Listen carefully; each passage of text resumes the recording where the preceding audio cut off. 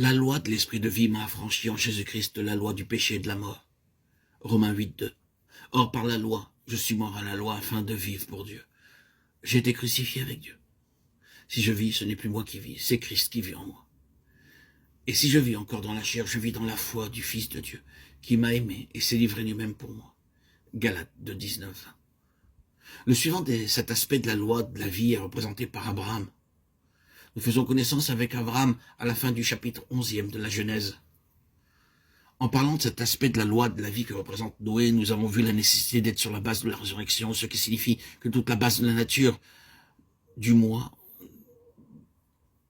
de la nature pécheresse, de l'âme animale a été répudiée et que pour nous, elle a été laissée de l'autre côté d'un déluge, d'un baptême de mort, de vieil homme est mort. Nous nous considérons donc désormais comme étant sur une base de résurrection. Et là, nous mettons notre main dans celle d'Abraham pour le laisser nous conduire et nous dire ce qu'est le pas suivant dans le chemin de la vie. Ici, en un mot, nous trouvons la loi de la vie liée à la foi. La vie en Christ est une vie de foi. Lorsque nous arrivons sur une base de résurrection, par une expérience semblable à celle de Noé, nous sommes inévitablement sur une base de foi. Il est bon que nous le reconnaissions aussitôt. Il est très beau de contempler la vie de résurrection. Chacun de nous donnera une réponse à cette idée. Nous n'aurons aucune controverse ni aucune difficulté à l'accepter. Mais comprenons bien que la base de la résurrection entraîne avec elle inévitablement et inséparablement une vie de foi. Il est impossible de connaître cette vie autrement que dans le chemin de la foi. Et c'est dans le chemin de la foi que cette vie grandit. Ces deux choses vont ensemble. L'une découle de l'autre. La dernière chose que nous avions souligné dans notre méditation sur Noé a été ce petit mot « sortir ». Le témoignage que Noé rendait tandis qu'il construisait l'arche, c'était qu'il était en dehors de l'état de choses qui existait alors. Il préparait un exode, un moyen, une voie de sortie. Par la construction de l'arche, il déclarait ce fait. « Je ne suis pas en ceci, je suis en dehors de ceci ».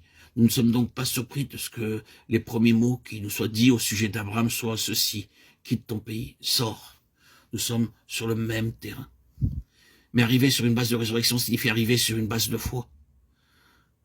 Noé symbolise la résurrection et Abraham, la foi. Quitte ton pays, sors. La vie elle-même est une vie de foi. Nous ne parlons pas ici de la manière de vivre. C'est la vie elle-même qui est une vie de foi. Et la foi qui est la foi du Fils de Dieu et la vie. Ceci, naturellement, n'est pas une parole profonde. Nous n'aurions qu'à l'exprimer dans le sens inverse pour voir combien elle est simple et élémentaire. Tout ce qui n'est pas foi aura toujours la nature de la mort. Le doute est mort.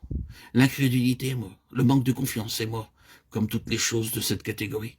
Les questions, les controverses, tout ce qui est dépourvu d'une simple foi ne peut que nous amener dans une impasse, nous mettre sous un arrêt. C'est la mort.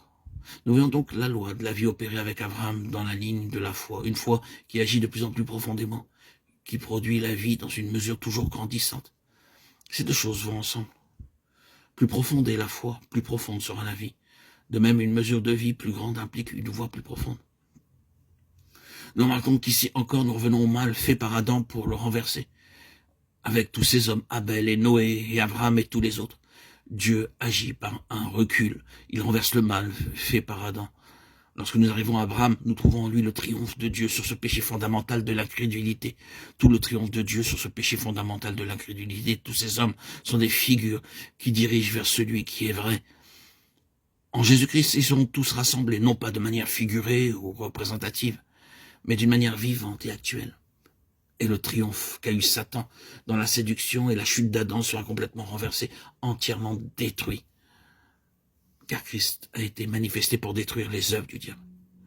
Mais ici déjà, nous voyons les œuvres du diable détruites d'une manière qui n'est pas simplement symbolique et figurée. Dieu renverse le cours des choses et annule la faute d'Adam. Il corrige les choses.